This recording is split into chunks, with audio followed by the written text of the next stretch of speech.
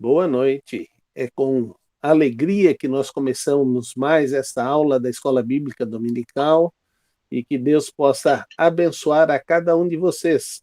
Agora estamos começando um novo livro, que é o livro de Atos, no Novo Testamento. E este período que vamos estar estudando Atos vai ser muito gostoso, porque vamos ver o que é que Deus vai fazer na evangelização e como a igreja foi crescendo e se solidificando. Então, quero lhe desafiar a receber a revista no próximo domingo. Lembrando, os alunos, fechem os seus microfones, que está vindo barulho demais aqui.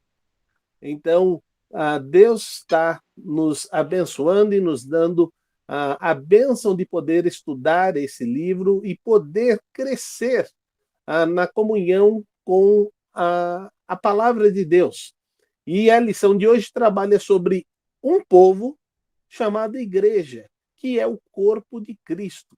Jesus veio para salvar o homem, mas também veio para formar a sua igreja, o seu corpo, aquela que ele vai morrer por ela, para que verdadeiramente nós possamos agora servi-lo, servindo aos irmãos através da igreja. Então, isso é muito importante, você ter em mente que esse é o desejo de Deus para cada um de nós. E se entendemos isso, seremos abençoados.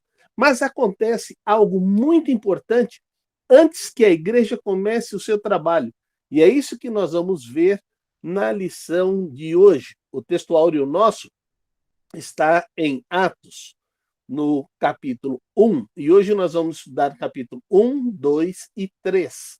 E eu espero que verdadeiramente você possa ser tremendamente abençoado por esta lição. Atos capítulo 1, verso 8, diz o seguinte: mas receberão poder quando o Espírito Santo descer sobre você, e serão minhas testemunhas em Jerusalém, Judeia e Samaria e até os confins da terra.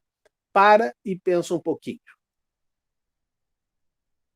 Quando é que o Espírito Santo passou a fazer parte da sua vida? Abra o seu microfone e me responda essa pergunta.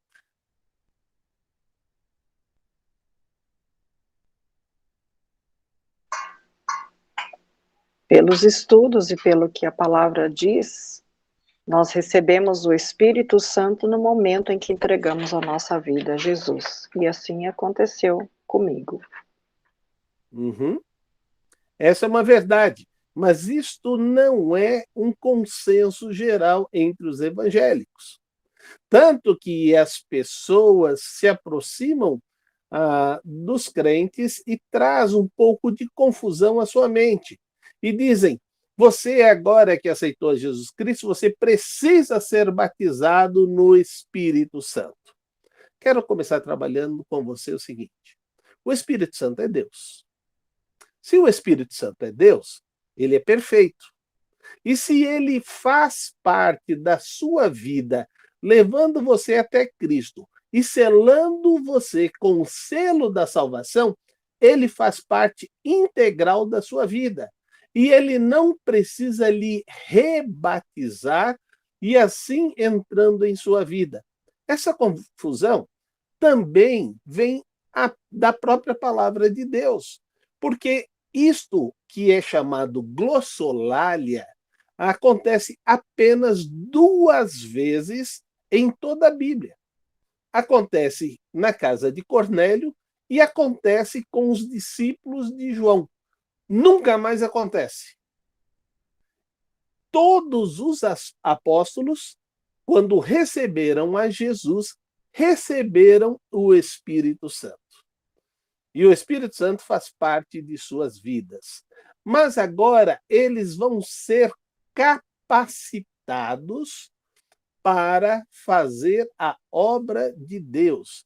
Então, o que é que vai acontecer na vida deles? Jesus vai aos céus e o Espírito Santo vem e inicia o seu ministério. Tanto que Jesus vai dizer, se eu não for, ele não virá. Mas como Jesus foi, o Espírito Santo inicia o seu ministério. E a palavra de Deus, então, diz que o Espírito passa a fazer parte integral no período que é chamado período da graça. Nós vivemos 3 períodos na história: sem lei, pela lei e na graça. E hoje é o que nós estamos vivendo no tempo da graça. E isso é fundamental termos em mente e termos essa compreensão. E se tivermos esse entendimento, teremos então a bênção de Deus sobre nossas vidas. E é muito importante você entender que o Espírito Santo faz parte de você e ele nunca te deixa. Quando nós pecamos, nós estamos perdendo a comunhão com Deus, mas o Espírito permanece porque ele nos convence do pecado, da justiça e do juízo. E ele nos leva à reconciliação com Deus, dando assim a condição de verdadeiramente servirmos, adorarmos ao Senhor em todos os aspectos. Se entendemos isso, então percebemos o agir de Deus na nossa vida e como ele vai completar. Vamos então começar a ver o que a lição de hoje vai nos mostrar. E isso começa em Atos 1, e eu gostaria que vocês começassem, abram o microfone e leiam para mim dos versículos 11 ao versículo 14. Atos 1, de 11 a 14. Que lhes disseram: Galileus, por que vocês estão olhando para o céu? Este mesmo Jesus que dentre vocês foi elevado ao céu, voltará da mesma forma como o viram subir. Então eles voltaram para Jerusalém, vindo do monte chamado das Oliveiras, que fica perto da cidade, cerca de 1 quilômetro. Quando chegaram, subiram ao aposento onde estavam hospedados. Achavam-se presentes Pedro, João, Tiago e André, Filipe, Tomé, Bartolomeu e Mateus, Tiago, filho de Alfeu, Simão o Zelote e Judas, filho de Tiago. Todos eles se reuniam sempre em oração com as mulheres, inclusive Maria, a mãe de Jesus, e com os irmãos de Jesus. Como é importante percebermos isto. Eles estavam numa situação contemplativa. Jesus está subindo para o céu. E quando ele está subindo para o céu, você vendo essa imagem, com certeza você ficaria admirado e ficaria ali com um grande desejo de poder estar ali também contemplando o poder de Deus sendo manifestado. Mas imediatamente Jesus diz: eu não quero que vocês vivam uma vida contemplativa. Eu quero que vocês vivam uma vida de dependência, uma vida de serviço. Por isso, este que subiu vai voltar. E ele vai voltar e ele vai querer ver as contas que vocês vão prestar.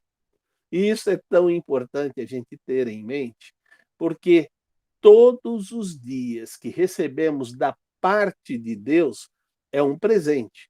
E ele espera que nós verdadeiramente possamos contemplar, possamos servir, possamos adorá-lo e também possamos compartilhar essas boas novas. É interessante que eles, como apóstolos do Senhor, que já haviam sido treinados pelo próprio Jesus, agora estão ali em Jerusalém, orando, adorando e tendo comunhão com os irmãos. Eu tenho dito que eu esperava algo diferente depois da pandemia. Eu esperava o que eu tenho sentido no meu coração.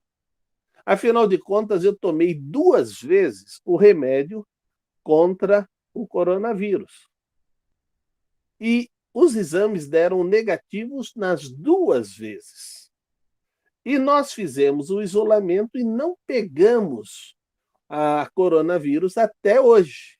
Não significa que não vamos pegar, mas não pegamos até hoje.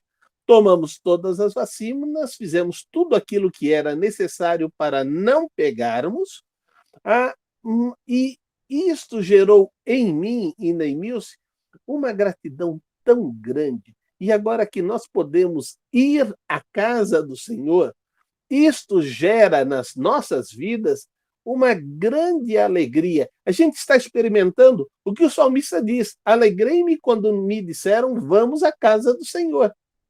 Muitas vezes eu ficava indagando do meu pai, quando eu era o pastor dele e estava pastoreando ali na Jerusalém. O que eu tenho que ensinar para o meu pai? Por que ele tem que vir todos os cultos? E ele sempre me disse: eu venho porque todas as vezes Deus me fala e eu estou aprendendo. Ora, se meu pai, com toda a bagagem espiritual que ele tem, ele continua aprendendo, quem sou eu para não continuar aprendendo? A mesma coisa eu na igreja onde meu filho está como pastor. Eu vou para aprender, eu vou para crescer. E a bênção de Deus é que a gente cresce sempre, todas as vezes que a gente está tendo comunhão com o Senhor, todas as vezes que a palavra de Deus está falando, sempre o Espírito Santo acrescenta o ensinamento a cada um de nós. E isso também vai acontecer na sua vida. E eles, tendo se preparado, chegou a data do Pentecostes. E isso vai acontecer no capítulo 2, versículos de 1 a 4. Leia, por favor. Chegando o dia de Pentecoste, estavam todos reunidos num só lugar. De repente veio do céu um som como de um vento muito forte, e encheu toda a casa na qual estavam assentados. E viram que pareciam com línguas de fogo, que se separaram e pousaram sobre cada um deles. Todos ficaram cheios do Espírito Santo e começaram a falar em outras línguas, conforme o Espírito os capacitava. Agora há pouco eu falei com você sobre glossolalia, que é língua sem entendimento. Mas agora eu vou falar com você sobre dialectos, que era o idioma que eles não foram capacitados, não estudaram, e o Espírito concedeu a eles todo o entendimento para falar na língua de todas aquelas pessoas que estavam reunidas em Jerusalém, já que era uma grande festa do Pentecostes, era uma grande festa que acontecia e que várias nações se dirigiam a Jerusalém para comércio e tudo mais. E eles estavam exatamente ali naquele momento. Tanto que vai acontecer várias coisas, eles pensando que eles estavam embriagados e estava uma situação muito difícil. Mas daqui a pouco eles começam a prestar atenção, falando: não, aquele lá está falando meu idioma. Aquele lá está falando o meu idioma. Aquele lá. E eles se organizaram pelos apóstolos que estavam falando idiomas diferentes.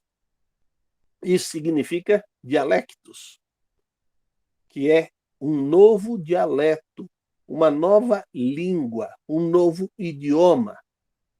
Não é glossolalia. As pessoas vão receber a orientação e vão entender. A glossolalia não existe entendimento. E eles, então, ali agora estão sendo capacitados pelo Espírito Santo de Deus. Isto tem acontecido no mundo por várias pessoas. Pastor Fanini, que está com o Senhor, disse que ele, quando morreu, ele já falava vários idiomas. Mas naquela ocasião ele não falava russo. E sentou ao lado dele um senhor. E quando esse senhor sentou e viu ele com a Bíblia, quis tentar conversar com ele. Mas ele não falava russo. E então o Espírito lhe concedeu, eles conversaram, ele explicou o plano da salvação, ele recebeu a Jesus Cristo como Salvador, e eles depois se despediram quando houve o pouso e cada um seguiu o seu caminho. Ele nunca mais falou russo. Mas Deus lhe capacitou para que ali ele falasse. A mesma coisa que aconteceu com os apóstolos. Eles foram capacitados, mas não permaneceram com o idioma. Isso significa que você tem que estudar. Deus vai te usar e ele vai te capacitar momentaneamente para aquilo que ele determinou. Mas nós temos que ter em mente, então, que agora Pedro levanta para dizer uma mensagem a todos aqueles que estavam ali. E ele começa a dizer, a partir do versículo 14, o seguinte: Então Pedro levantou-se com os 11 em alta voz, dirigiu-se à multidão. Homens da Judéia e todos os que vivem em Jerusalém, deixe-me explicar-lhes isto. Ouçam com atenção. Ouçam com atenção. Estes homens não estão bêbados, como você supõe, e ainda são 9 horas da manhã. Pelo contrário, isto é o que foi predito pelo profeta Joel. Nos últimos dias, diz Deus, derramarei o meu espírito sobre todos os povos. Seus filhos, suas filhas profetizarão. Os seus jovens terão visões. Os jovens terão sonhos. Os velhos terão sonhos.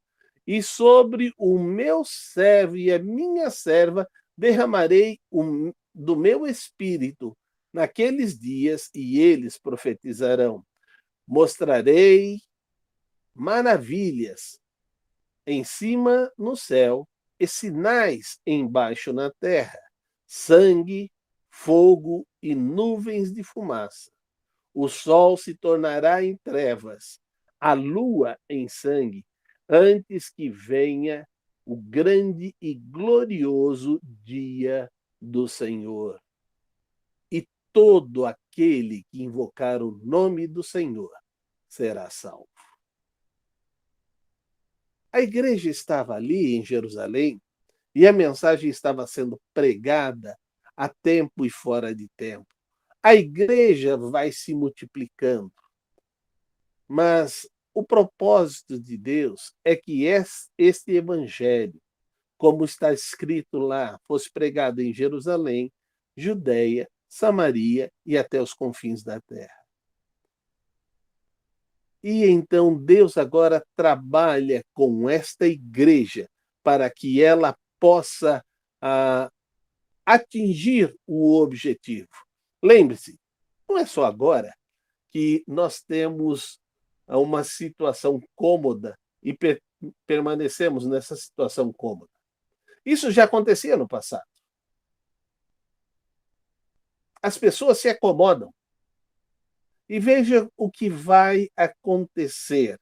Atos 8, verso 1. Pode ler. E Saulo estava ali, consentindo na morte de Estevão. Naquela ocasião, desencadeou-se grande perseguição contra a igreja em Jerusalém.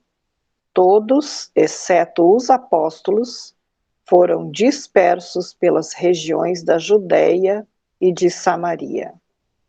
Então, Deus usa agora a perseguição para que eles saiam, se espalhem e anunciem a palavra de Deus.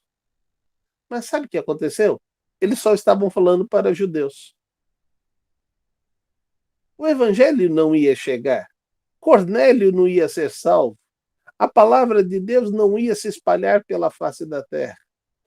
Então é necessário que Deus faça acontecer várias coisas entre os apóstolos, para que eles entendam que essa mensagem é universal e ela precisa se espalhar por toda a face da terra, pois esta é a ordem do Senhor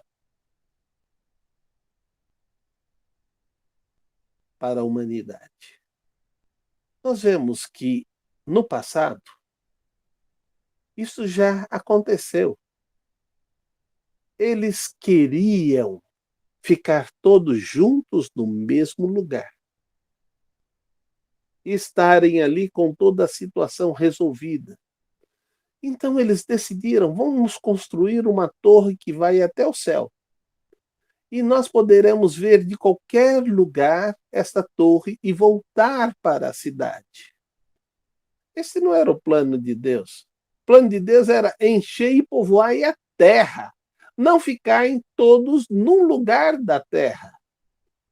E o que Deus faz em Gênesis, no capítulo 11, verso 8 e 9?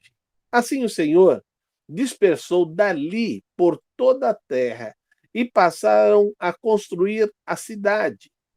Por isto foi chamado Betel, porque ali o Senhor confundiu as línguas de todo o mundo.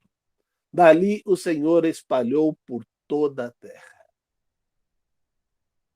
Quando Deus dá uma ordem, ele vai fazer essa ordem ser cumprida. Imagina você estar construindo uma torre e você pede, eu quero tijolo, vem água. Eu quero cimento, vem tijolo. Eu quero água, não vem o que você pede. Como é que vai se construir se você que está construindo a torre lá em cima precisa de todas as pessoas que estão abaixo fazendo com que o material chegasse até lá em cima? E então o povo se afasta, se espalha e começa a formar várias cidades, assim cumprindo a ordem de Deus. Mas a palavra de Deus continua a nos ensinar e a mensagem ela é clara. E isso está registrado em Atos capítulo 2, versículos de 38 a 41. Atos 8, de 30, Atos 2, verso 38 a 41. Pode ler. Pedro respondeu: arrependam-se e cada um de vocês seja batizado em nome de Jesus Cristo, para perdão dos seus pecados, e receberão o dom do Espírito Santo. Pois a promessa é para vocês, para os seus filhos e para todos os que estão longe, para todos quantos o Senhor, o nosso Deus, chamar. Com muitas outras palavras os advertia e insistia com eles: salvem-se desta geração corrompida. Os que aceitaram a mensagem foram batizados, e naquele dia houve um acréscimo de cerca de 3.000 pessoas. Veja como a manifestação do poder de Deus foi algo fantástico. Eles foram cheios do Espírito Santo, pregaram a mensagem na festa do Pentecoste, e ali as pessoas receberam a Jesus Cristo. E quando ele está falando mais de 3.000 pessoas, ele está falando apenas homens. Porque a mulher não era contada e as crianças não eram contadas. Então você imagina quantas pessoas foram agregadas à igreja só ali no nascedouro. A bênção da manifestação do poder e o que eles tiveram que fazer para que isso se tornasse uma realidade. Pena que nós não seguimos essa direção da igreja primitiva. Começando no versículo 42, veja o que eles faziam para que essa igreja continuasse a crescer. E eles se dedicavam ao ensino dos apóstolos, e a comunhão ao partir do pão e as orações. Todos estavam cheios de temor, e muitas maravilhas e sinais eram feitos pelos apóstolos. Todos os que criam se mantinham unidos e tinham tudo em comum. Vendendo suas propriedades, bens, distribuíam cada um conforme suas necessidades. Todos os dias continuavam a se reunir no pátio e no templo. Partiam pão em suas casas e juntos participavam das refeições com alegria e sinceridade de coração, louvando a Deus e tendo a simpatia do povo, de todo o povo. O Senhor lhes acrescentava todos os dias os que iam sendo salvos. Como a igreja de hoje precisa viver esse tempo. Como a igreja de hoje precisa se doar em favor dos seus irmãos. Serem o suporte. E quando nós agimos desta maneira, então nós podemos estar sendo bênção na vida da igreja. E é isso que o Senhor espera que aconteça. Lembre-se que Jesus, ao subir, ele dá autoridade ao povo, dizendo: vocês vão receber o Espírito Santo. E vocês vão ser testemunhas minhas. Vocês vão compartilhar tudo aquilo que vocês vivenciaram e presenciaram em suas vidas. Mas lembre-se que vocês precisam se colocar diante de Deus. Quando nós vamos no capítulo 3, começando no versículo 1, veja lá, certo dia, Pedro e João estavam subindo ao templo, na hora da oração, às 3 da tarde. Estava sendo levado para a porta do templo, chamada Formosa, um aleijado de nascença, que ali era colocado todos os dias para pedir esmolas aos que entravam no templo. Vendo Pedro e João iam entrar no pátio do templo, pediu-lhes uma esmola. Pedro e João olharam bem para ele e então Pedro disse: olhe para nós. O homem olhou para eles com atenção, esperando receber deles alguma coisa. Disse Pedro: não tenho prata nem ouro, mas o que tenho, isto lhe dou. Em nome de Jesus Cristo, o Nazareno, ande. Quando Pedro, com fé, dá esta ordem, segurando pela mão direita, o ajudou a levantar-se. E imediatamente os pés, os tornozelos do homem ficaram firmes. E de um salto pôs de pé e começou a andar. Depois entrou com eles no pátio do templo, e andando e saltando e louvando a Deus. Quando todo o povo viu andando e louvando a Deus, reconheceu que era o mesmo homem que costumava mendigar sentado à porta do templo chamada Formosa. Todos ficaram perplexos e muito admirados com o que tinha acontecido. Apegando-se ao mendigo, Pedro e João e todo o povo ficou maravilhado e correu até eles ao lugar chamado Pórtico de Salomão. É interessante que o Senhor tem dito que Ele dará poder a você, a mim, para fazermos coisas maiores Mas isto não é feito sem fé. A fé não vem como uma pílula dourada que você toma e pronto, você tem fé. A fé vem sobre nós quando nós clamamos ao nosso Deus dizendo: Senhor, aumenta a minha fé. Mas é bom a gente saber que toda vez que a gente faz essa oração, vem também a prova para comprovar que sua fé foi aumentada. E talvez isto é que impede que muitas pessoas orem: Senhor, aumenta a minha fé.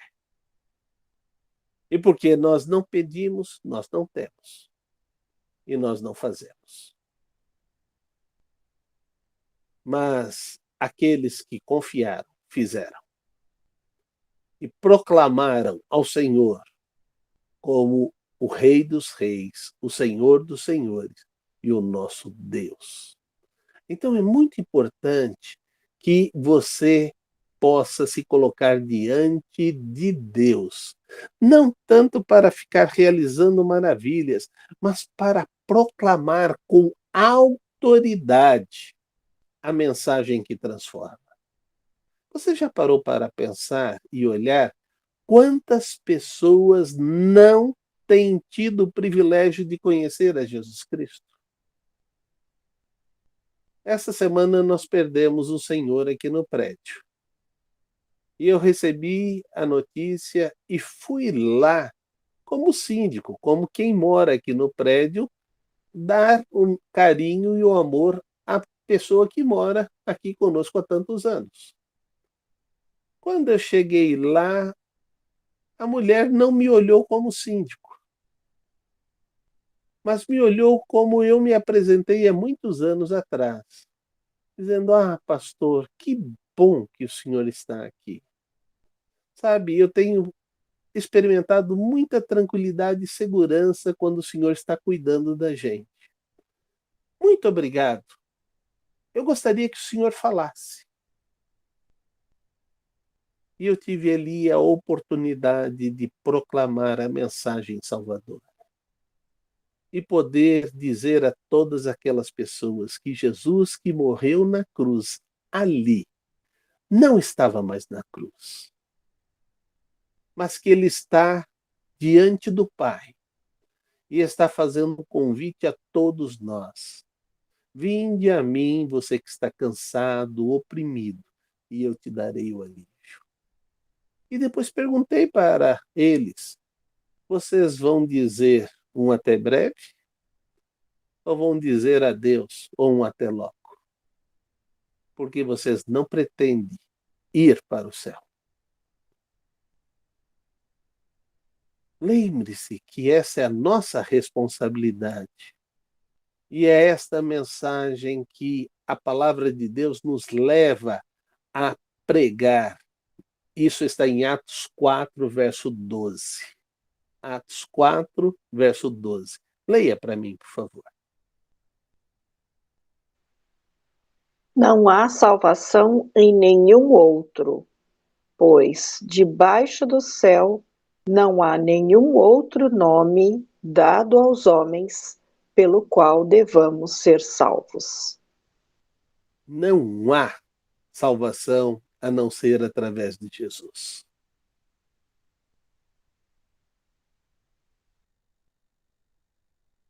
Deus preparou um plano maravilhoso e enviou o seu unigênito Filho para que todo aquele que nele crê tenha a vida eterna. Creia na responsabilidade de compartilhar esta mensagem. Jesus vai contar uma parábola, e isso está registrado em Mateus, no capítulo 13. E ele diz assim: contou-lhes outra parábola. O reino do céu é como um grão de mostarda que um homem plantou no seu campo. Embora seja a menor dentre todas as sementes, cresce e se torna a maior das hortaliças e se transforma numa árvore, de modo que as aves do céu vêm fazer os seus ninhos em seus ramos. O que é que o Senhor está querendo ensinar com este texto? Ele está querendo ensinar com esse texto, se nós confiarmos, se nós colocarmos a nossa vida nas mãos do Senhor, se nós dependermos do Senhor, se nós o buscarmos com sabedoria, verdadeiramente o nome do Senhor será engrandecido. Por isso, temos que começar a compreender tudo isso que nós vimos hoje. Somos formados o corpo de Cristo, que é chamado de igreja. A igreja não é para estarmos recebendo, mas é para estarmos doando, trabalhando em prol do nosso irmão.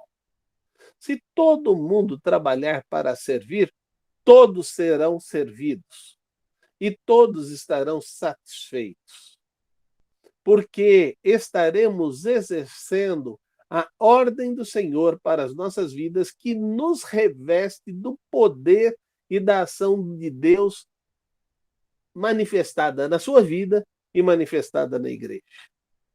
Também entendemos que o propósito de espalhar o reino de Deus e levar essa mensagem a todos os lugares. Eu fico imaginando o grande privilégio que nós temos nos dias de hoje. Nós estamos gravando essa live. Vai ser postada no domingo. A igreja está sendo desafiada a compartilhar nas suas redes sociais. Se os nossos amigos compartilharem nas redes sociais dele, você já imaginou o potencial dessa mensagem ser transmitida em tudo quanto é lugar?